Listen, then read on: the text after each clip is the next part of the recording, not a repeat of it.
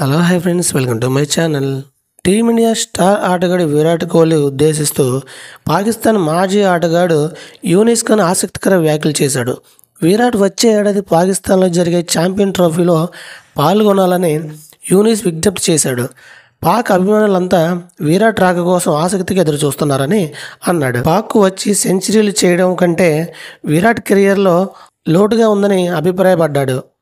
విరాట్కు పాక్లో చాలామంది అభిమానులు ఉన్నారని తెలిపాడు.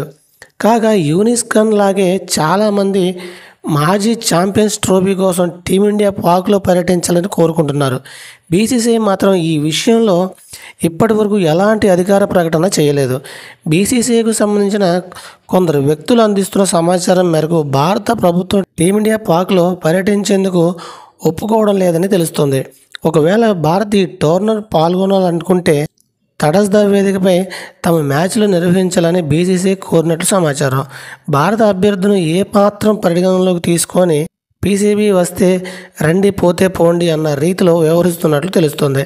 ఇటీవల శ్రీలంకతో జరిగిన ఐసీసీ సమావేశంలో కూడా పాక్ ఈ అంశాన్ని ప్రస్తావించలేదు అని తెలుస్తుంది. ఛాంపియన్ ట్రోఫీలో భారత్ పాల్గొనే అవకాశాన్ని పాక్ ఐసీసీకి వదిలిపెట్టినట్టు సమాచారం. టోర్నర్ ప్రారంభానికి చాలా సమయం ఉండడంతో ఈ విషయంపై మున్ముందు మరిన్ని చర్చలకు ఆస్కారం ఉంది.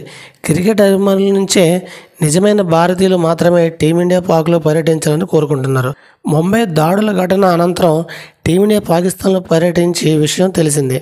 ఈ మధ్యలో జరిగిన ఐసీసీ టోర్నర్లో మాత్రం భారత్ పాక్లు ఎదురెదురు పడ్డాయి.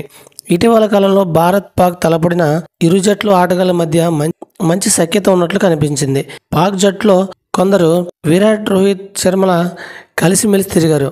బంబర్, రిజర్వన్ లాంటి పాక్ స్టార్లు పలు సందర్భాల్లో విరాట్, రోహిత్లపై ప్రశంసల వర్షం కురిపించారు. మొత్తంగా చూస్తే భారత్ పాక్ ఆటగాళ్ల మధ్య సహృదయ వాతావరణం ఉన్నట్లే కనిపిస్తుంది. మరి టీమిండియా ఈసారైనా పాక్లో పర్యటిస్తుందో లేదో వేచి చూడాలి. ఇది ఫ్రెండ్స్, వీడియోతో లైక్ చేయండి, షేర్ చేయండి, తప్పకుండా మన ఛానల్ సబ్స్క్రైబ్ చేసుకోండి. Thank you watching. Love friends, bye bye.